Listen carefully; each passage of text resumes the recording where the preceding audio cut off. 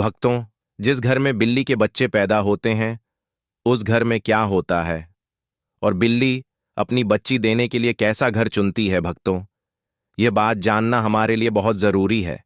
कभी हमारे घर दरिद्रता और परेशानी ना आए और हमेशा सुख समृद्धि और खुशहाली बनी रहे। आपने देखा होगा कि दुनिया के कई कोनों में बिल्ली को लोग अपने घर में पालतू जानवर की तरह रखते हैं। आज हम आपको एक ऐसी बात बताने जा रहे हैं जो शायद आपने पहले कभी गहराई से नहीं सोची होगी। अगर किसी घर में बिल्ली अपने बच्चों को जन्म दे तो उस घर में क्या घटित होता है। आजकल तो कुत्ते और बिल्ली पालना एक फैशन जैसा हो गया है। हर दूसरे तीसरे घर में कोई ना कोई पालतू जानवर आपको मिल ही जाएगा। लेकिन भक्तों, क्या आपने कभी सोचा है कि कुत्ता या बिल्ली पालना सचमुच शुभ है या अशुभ? बिल्लियों के बारे में तो आपने बचपन से लेकर आज तक कई बातें सुनी होंगी। कहानियां, किस्से और यहां तक कि कुछ ग्रंथों में भी इनके संकेतों का उल्लेख मिलता है। लेकिन आज जो सच्चाई हम जानने वाले हैं वह हर इंसान को सुननी चाहिए, क्योंकि हमारे सनातन शास्त्र से जुड़ी हुई है। शास्त्रों में कहा गया है कि इस संसार में शायद ही कोई ऐसा घर हो जहां बिल्ली का आगमन कभी ना हुआ हो। बिल्ली हर उस स्थान पर जाती है जहां मनुष्य रहते हैं। लेकिन भक्तों, क्या आप यह जानते हैं कि अगर आपके घर में बार बार बिल्लियों का आना जाना लगा रहता है तो इसका क्या मतलब होता है? और अगर आपके आसपास बिल्लियां लगातार रोती रहती हैं तो यह किस बात का संकेत है? सोचिए, अगर बिल्ली आपके घर में आकर अपने बच्चों को जन्म देती है तो इसके पीछे कौन सा अद्भुत संदेश छुपा है? और अगर आप किसी शुभ काम के लिए निकल रहे हो और तभी कोई बिल्ली आपका रास्ता काट दे तो इसका क्या अर्थ निकाला जाता है? भक्तों, आज हम इन रहस्यों के पर्दे उठाएंगे ताकि आपको बिल्लियों के असली संकेतों की समझ हो सके, क्योंकि यह सिर्फ जानवर नहीं, कई बार आने वाले समय के संदेश वाहक भी होते हैं। भक्तों, बिल्ली एक मांसाहारी स्तनधारी जीव है जिसकी सुनने और सूंघने की शक्ति अद्भुत रूप से तेज होती है। यह इतनी संवेदनशील होती है कि कम रोशनी में भी, यहां तक कि रात के अंधेरे में भी साफ साफ देख सकती है। करीब 9,000 साल से बिल्ली इंसानों की साथी बनी हुई है। प्राकृतिक रूप से इनका जीवन लगभग 15 साल का होता है। हमारे शास्त्रों में भगवान श्री हरि विष्णु ने कहा है कि जिस घर में बिल्ली अपने बच्चों को जन्म देती है उस घर में मां लक्ष्मी का आगमन होता है। लेकिन भक्तों, यह कितना सच है और कितना सिर्फ मान्यता, आज हम इसी रहस्य पर बात करेंगे। बहुत पुरानी बात है। प्राचीन काल में एक नगर में एक महिला रहती थी। उसका एक बेटा था, लेकिन वह बेटा जन्म से ही अपाहिज था। ना तो वह बिस्तर से उठ पाता था और ना ही एक कदम चल पाता था। उसे मां का दिल अपने बेटे की हालत देखकर हर समय दर्द से भरा रहता था। उसे हमेशा यह चिंता सताती थी कि मेरे इस बेटे का भविष्य क्या होगा, इसका जीवन कैसा बीतेगा। समय बीता और दूसरे साल उस महिला को फिर से संतान सुख मिला। लेकिन भक्तों, किस्मत ने उसके साथ एक और दर्दनाक मजाक किया। दूसरा बेटा भी पहले की तरह जन्म से ही अपाहिज था। वह बिस्तर से नहीं उठ सकता था, नहीं चल सकता था। अब उसे मां की चिंता कई गुना बढ़ गई थी। दोनों बेटे लाचार, असहाय और बेबस। मां दिन रात रोती थीं, सोचती थीं कि इनका सहारा कौन बनेगा। फिर तीसरा साल आया और ईश्वर ने उसे तीसरी संतान दी, एक और बेटा। लेकिन भक्तों, इस बार भी वही कहानी दोहराई गई। तीसरा बेटा भी पहले दोनों बेटों की तरह पूरी तरह अपाहिज निकला। ना चलने की ताकत, ना उठने की क्षमता। बस बिस्तर पर पड़ा रहने वाला अब उस महिला का दिल जैसे टूट चुका था। तीन तीन बेटों की वही दर्द भरी हालत देखकर उसका जीवन एक गहरी उदासी में डूब गया। वह हर रोज ईश्वर से सवाल करती है, प्रभु, आखिर मैंने ऐसा कौन सा पाप किया है कि मेरे सभी बच्चे इस हालत में जन्म ले रहे हैं? भक्तों, अब वह महिला को और भी ज्यादा चिंता सताने लगी कि अब मेरे 3 पुत्र हो गए, लेकिन 3 ही अपाहिज है। तीनों ही चलने फिरने की हालत में नहीं है। इनका भविष्य क्या होगा? अब इनका लालन पालन कौन करेगा? मैं कितने दिन जिंदा रहूंगी? जब तक मैं जीवित हूं तब तक तो इनकी देखभाल मैं कर सकती हूं, लेकिन मेरे जाने के बाद इनका क्या होगा? यही चिंता उस महिला को खाई जा रही थी। भक्तों, अब चौथा वर्ष लगता है तो चौथे वर्ष में उस महिला को चौथा पुत्र होता है। तो भक्तों, चौथा पुत्र भी अपाहिज होता है। चौथा पुत्र भी उनके जैसा ही होता है। वह भी नहीं तो बिस्तर से खड़ा हो पाता है, नहीं चल पाता है। भक्तों, अब उस महिला की और भी ज्यादा हालत खराब हो जाती है। अब वह सोचने लगती है कि मेरी कोख से हमेशा अपाहिज पुत्र ही जन्म क्यों लेते हैं।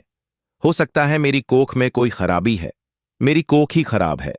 यही सोचकर वह महिला बड़ी दुखी हो जाती है। अब कुछ दिन बाद 5वां साल लग जाता है और 5वें साल में उसे महिला को 5वां पुत्र होता है। तो 5वां पुत्र भी उन्हीं की तरह होता है जैसे कि पहले 4 पुत्र हुए थे। वह 5वां पुत्र भी ना ही तो अपने बिस्तर से उठ पाता है और ना ही वह चल पाता है। भक्तों, अब वह महिला अपनी पूरी आशा छोड़ देती है। पहले उस महिला को ऐसी आशा थी कि एक पुत्र अपाहिज है तो दूसरा पुत्र ठीक होगा। भक्तों, जब 5वां पुत्र भी उसका अपाहिज पैदा होता है तो अब वह औरत बिल्कुल आशा छोड़ देती है और सोचने लगती है, हो सकता है मेरे नसीब में यह अपाहिज पुत्र ही लिखे हैं, या फिर हो सकता है मेरी कोख ही खराब हो।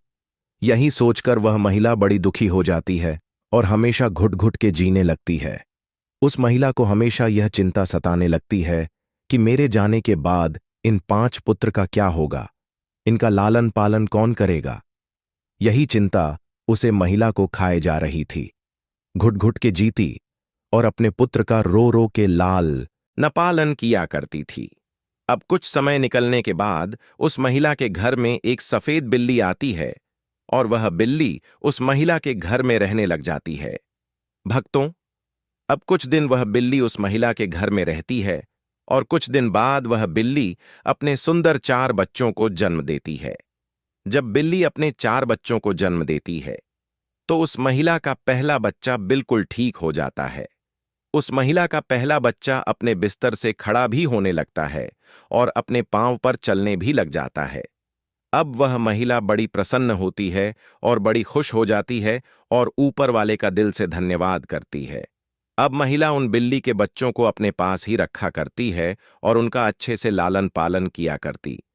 कुछ दिन निकलने के बाद वह बिल्ली का फिर से प्रसव होता है और वह बिल्ली फिर से अपने 4 बच्चों को जन्म देती है तो उसका फिर से उस महिला का दूसरा लड़का ठीक हो जाता है। इसी तरीके से जब जब बिल्ली को प्रसव होता तब तब उस महिला का हर बच्चा ठीक होता जाता है। इसी तरीके से उस महिला के सभी बच्चे ठीक हो जाते हैं और भक्तों, उस महिला के घर में अन्न धन की कोई कमी नहीं रहती है। हमारे सनातन शास्त्र में ऐसा कहा जाता है कि जिस घर में बिल्ली अपने बच्चों को जन्म देती है उस घर में ही मां लक्ष्मी का तीव्र गति से आगमन होता है।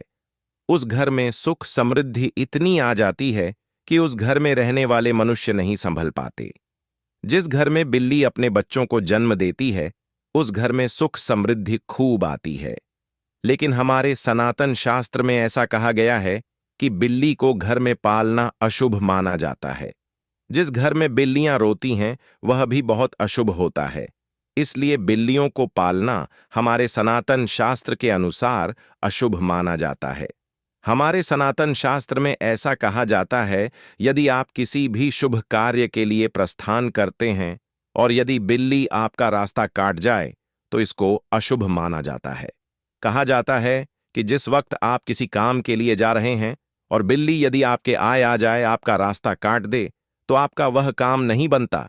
और ऐसा भी कहा जाता है कि जब बिल्ली आपका का रास्ता काट दे तो आपको नहीं जाना चाहिए। यदि आपके घर में आकर के बिल्ली रोती है तो इसको भी बहुत बड़ा अशुभ संकेत माना जाता है।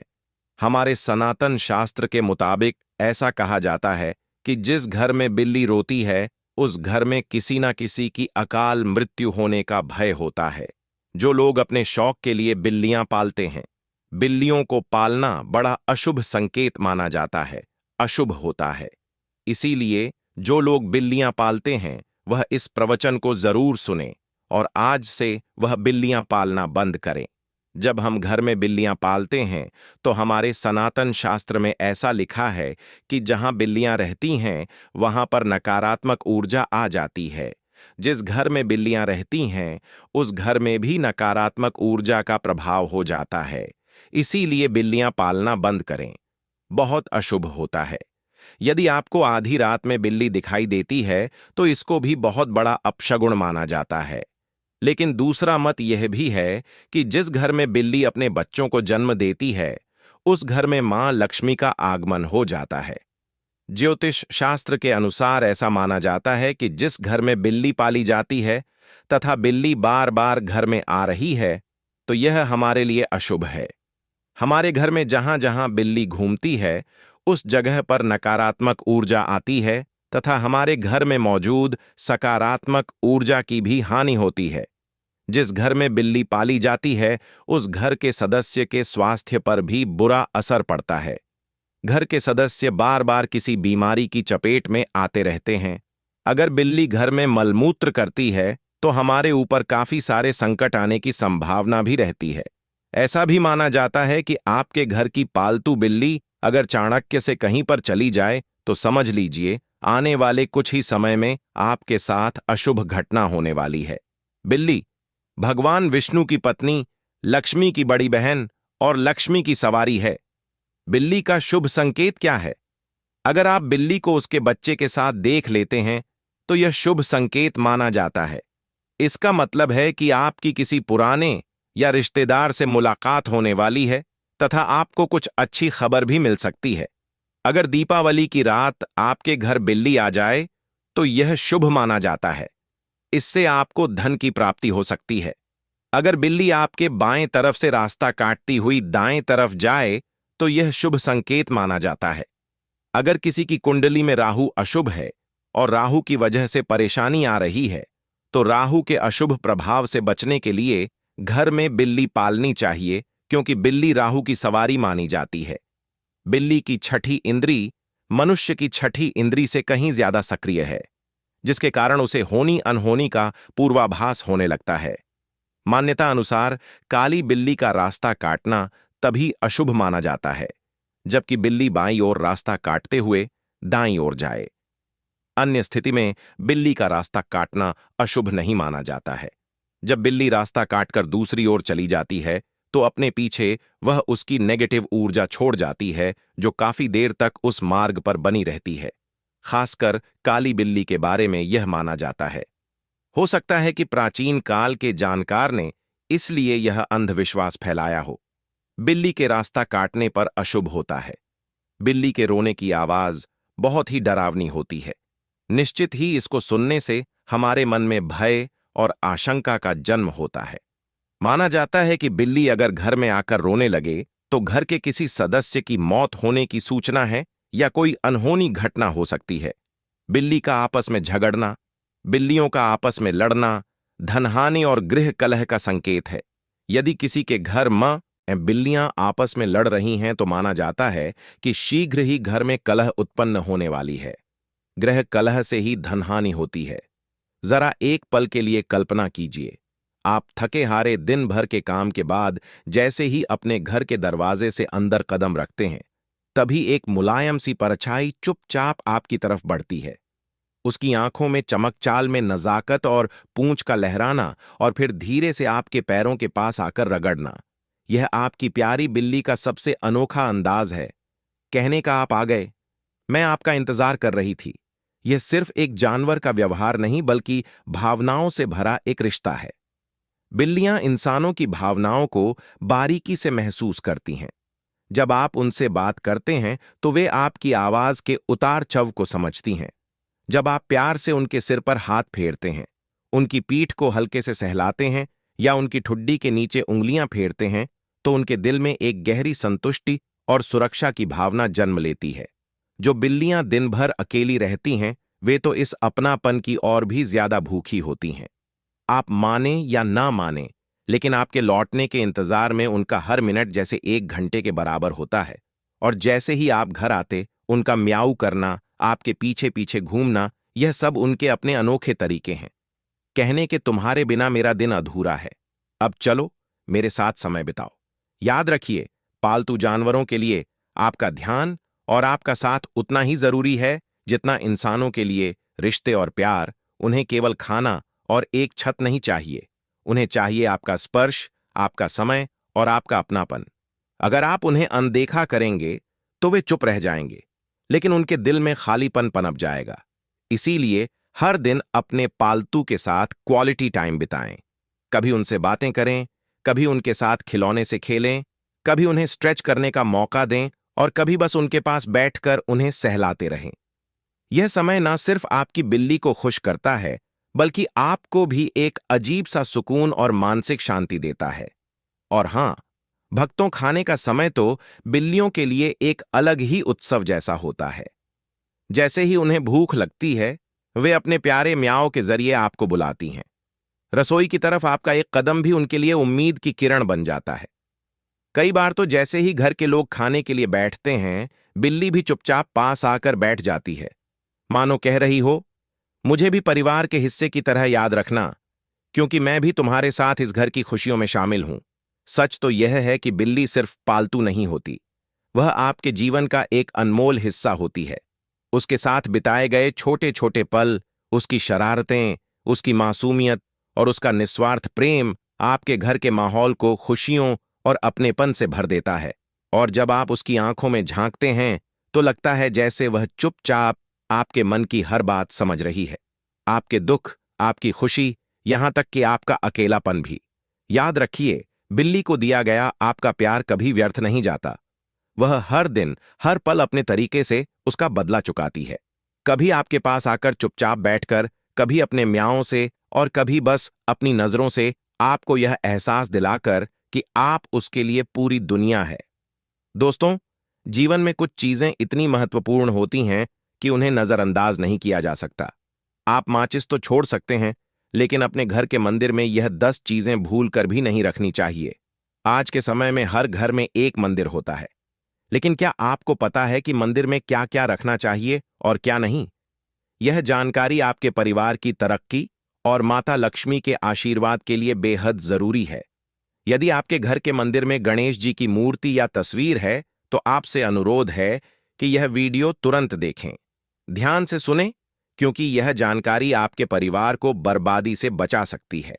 यह वह गुप्त बातें हैं जिन्हें लोग अक्सर छिपा कर रखते हैं, लेकिन जिनके बारे में जानने से परिवार में सुख, समृद्धि और धन की वृद्धि होती है। अगर आपने यह वीडियो पूरा देखा तो समझ लीजिए कि आपके घर में सुख शांति के साथ साथ माता लक्ष्मी का सदा निवास होगा। आज भी कई लोग मंदिर के सामने ऐसी हरकतें कर देते हैं जो उन्हें दुखों की ओर ले जाती हैं। क्या आप जानते हैं? कुछ लोग अपने घर के मंदिर के सामने ही गलत संबंध बनाते हैं, जो कि बेहद नकारात्मक होता है। अधिकतर ऐसा भी देखने को मिलता है कि पति पत्नी समय का ध्यान ना रखते हुए जब चाहें घर के मंदिर के पास संबंध बना लेते हैं। ऐसे लोग अक्सर खुद को और अपने परिवार को बर्बाद कर लेते हैं। तो दोस्तों, इस वीडियो में हम जानेंगे कि वे कौन सी 10 चीजें हैं जिन्हें आपको अपने घर के मंदिर में नहीं रखना चाहिए। आइए, बिना समय बर्बाद किए इस महत्वपूर्ण जानकारी की ओर बढ़ते हैं। वीडियो को छोड़ने से पहले घर में जो अपने मंदिर बनाकर रखा है, उसमें से यह चीजें बिल्कुल हटा देना। इसलिए ध्यानपूर्वक देखना हम क्या बताने जा रहे हैं आपको। आज अगर आपके घर में मंदिर है और आप भगवान की पूजा करते हैं, तो आज यह वीडियो अपने मंदिर के लिए, अपने भगवान के लिए जरूर देख लेना।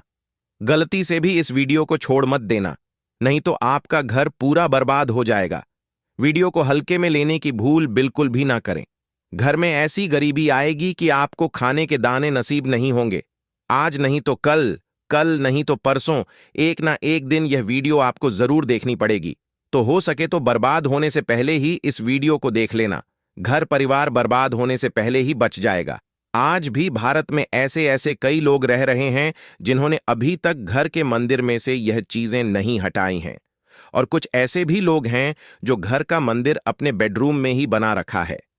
ऐसे में कई पति पत्नी ऐसे हैं कि बेडरूम में ही अपने घर का मंदिर रूम ही एक साथ पति पत्नी सोते हैं। कहने का मतलब यह है कि जिस कमरे में पति पत्नी एक साथ रहते हैं, एक साथ सोते हैं, एक साथ खाते हैं और दोस्तों एक साथ रात में संबंध बनाते हैं। जरा सोचकर देखिए, आपके बेडरूम में भगवान जी का मंदिर है और आप भगवान जी के मंदिर के सामने ही संबंध बनाना शुरू कर देते हो। भगवान जी के मंदिर के सामने इस तरह की हरकत करना बहुत गलत है। हम हाथ जोड़कर आपसे बोल रहे हैं कि कभी भी अपने बेडरूम में हो सके तो मंदिर नहीं बनाएं। ऐसे नहीं बोल रहे हैं कि पति पत्नी को संबंध नहीं बनाना चाहिए, बल्कि हम आपसे यह बोल रहे हैं कि पति को संबंध बनाना चाहिए, परंतु घर के मंदिर अलग होना चाहिए। भारत में शायद ही कोई ऐसा घर होगा जिसमें पूजा घर नहीं होगा, और पूजा घर वह स्थान होता है जहां से घर में सकारात्मक ऊर्जा का संचार होता है। इसलिए आपका पूजा घर वास्तु के हिसाब से ऐसा होना चाहिए जो आपके घर में सकारात्मक ऊर्जा का संचार बेहतर तरीके से कर पाए। अक्सर आप लोगों ने देखा होगा कि हम पूजा घर में मूर्तियां रखते हैं, परंतु पूजा घर में कुछ ऐसी भी चीजें रख देते हैं जिसकी वजह से घर तरक्की करने की बजाय नीचे डूब जाता है। अक्सर लोगों को गलतफहमी हो जाती है। कुछ लोग ऐसे होते हैं जो वास्तुशास्त्र को हल्के में लेते हैं और घर में रखी चीजों को जहां पर रखना चाहिए वहां पर नहीं रख पाते हैं। दोस्तों, आजकल के इस जमाने में जो भी महिलाएं शादी ब्याह रचाकर हमारे घर में नई बहू बनकर आ रही हैं, उन्हें ना तो वास्तुशास्त्र का ज्ञान है और ना ही मंदिर में क्या रखना चाहिए और क्या नहीं रखना चाहिए। मंदिर के सामने एक ऐसी हरकत बिल्कुल भी नहीं करनी है। इन सभी का आज के इस जमाने में नई महिलाएं जो हमारे घर आ रही हैं, उन्हें इन बातों का बिल्कुल भी ज्ञान नहीं है। इसलिए आजकल की महिलाएं मंदिर के सामने कोई भी और कैसी भी हरकत कर देती हैं। जिस तरह से भगवान की पूजा करने का समय होता है, इस तरह से दोस्तों पति और पत्नी का एक दूसरे के साथ संबंध बनाने का भी सही समय होता है। परंतु आधुनिक समय में कई महिलाएं और कई पुरुष संबंध बनाने का समय भी नहीं देखते हैं। जैसे कोई महिला किचन में खाना बना रही होती है तो पुरुष संबंध के लिए रसोई में ही चला जाता है, जबकि ऐसा करना उचित नहीं है और महिलाएं भी अपने पति को मना नहीं करती हैं। आधुनिक समय में पति पत्नी का किचन बेडरूम बन जाता है, ये पता ही नहीं लगता, और जब घर बर्बाद होने लगते हैं तब जाकर अक्ल ठिकाने आती है। अगर आपके घर में ऐसी महिला है तो आपको मार देगी, आपको घुट घुट कर मरना पड़ेगा। ऐसी महिला अगर आपके साथ है तो आजकल आधुनिक समय में ऐसा समय आ चुका है कि घर की महिलाएं जिस तरीके से अपने कपड़े बदलती हैं, ठीक उसी तरीके से अलग अलग मॉडल परंपरा में समय बिताने लगी हैं। आपको बताने का तो मन नहीं कर रहा, पर दोस्तों सच तो यही है कि आजकल महिलाएं बहुत बदल चुकी हैं। वीडियो शुरू करने से पहले आपसे निवेदन है कि कमेंट बॉक्स में जय सीताराम जरूर लिखें। जय श्री राम जी।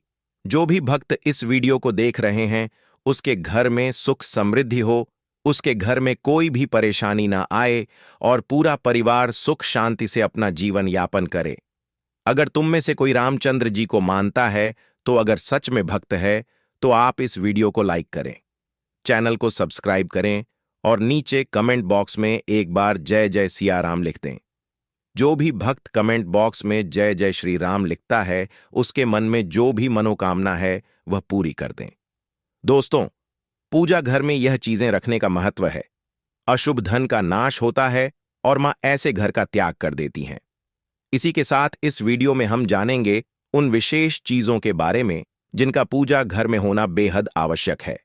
अगर आप घर में सुख, समृद्धि और धन की कामना करते हैं तो यह 3 चीजें पूजा घर में होना जरूरी है।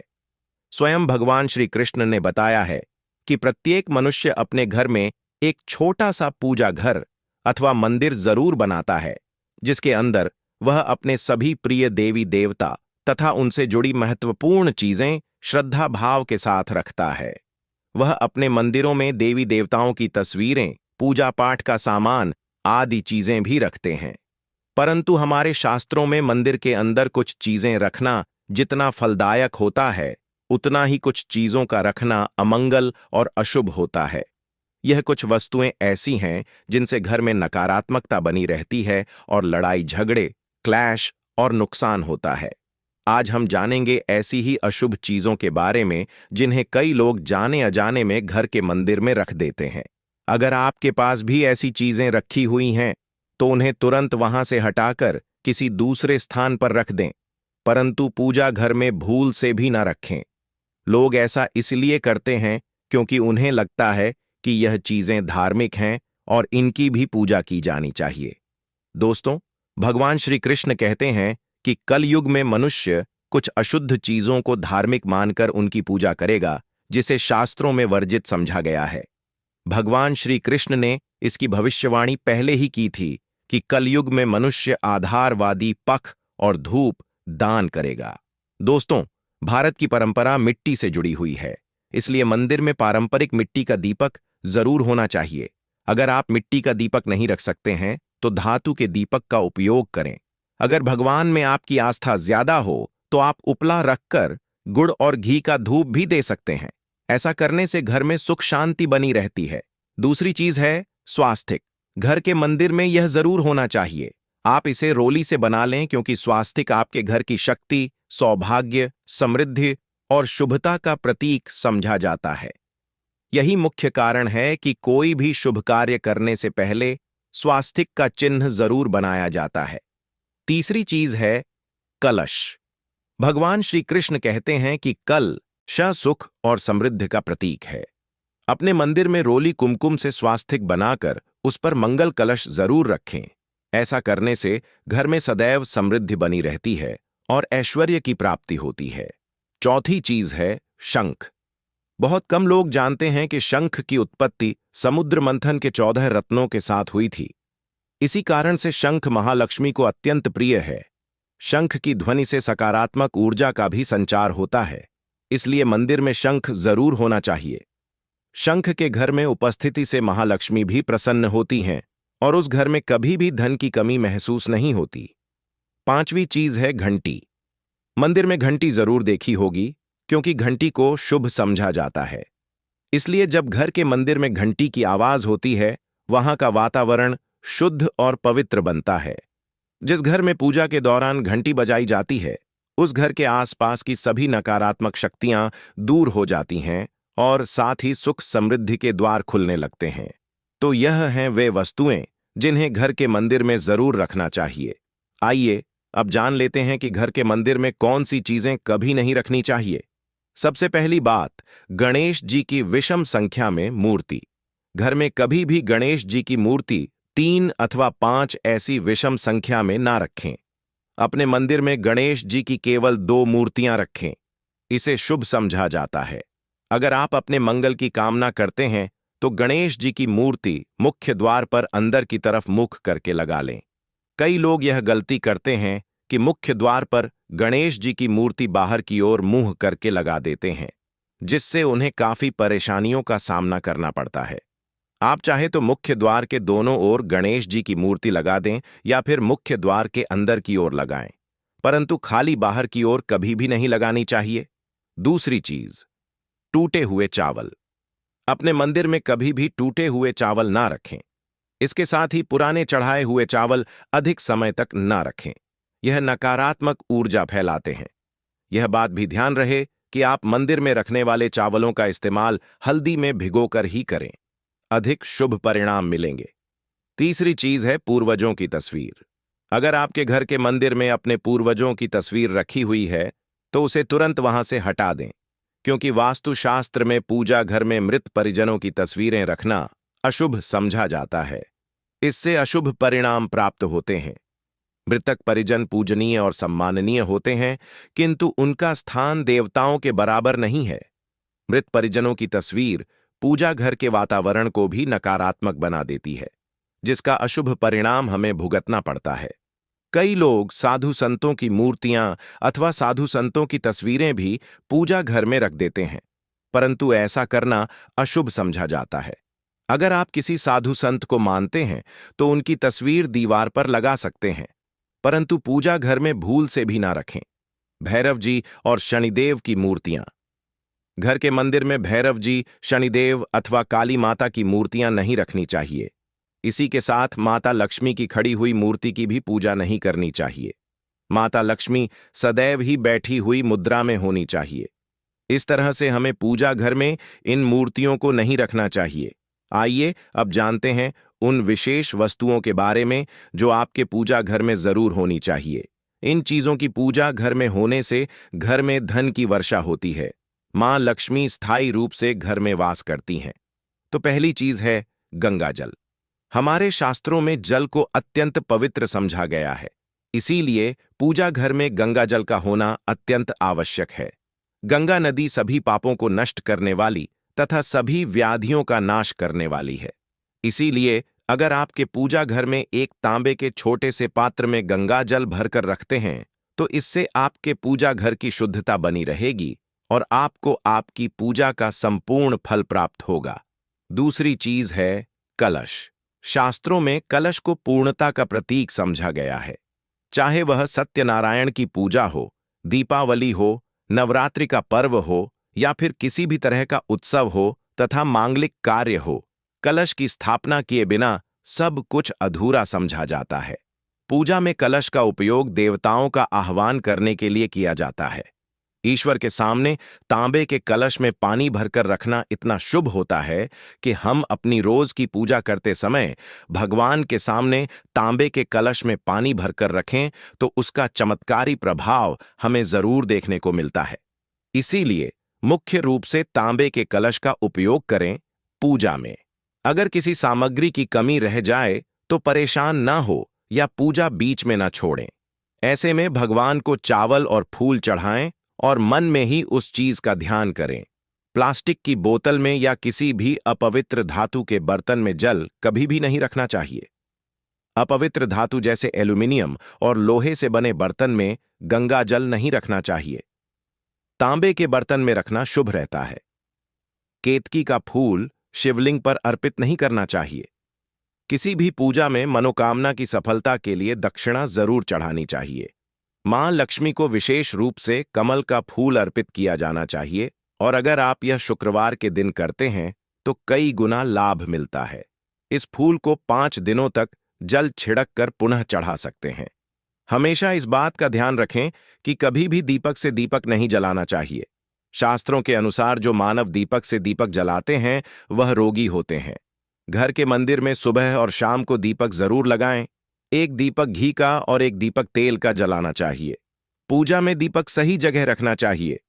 घी का दीपक हमेशा दाईं तरफ और तेल का दीपक हमेशा बाईं तरफ रखें। जलपात्र, धूप, दान जैसी चीजें हमेशा बाईं तरफ रखनी चाहिए। घर पर पूजा के समय खड़े होकर पूजा न करें और ना ही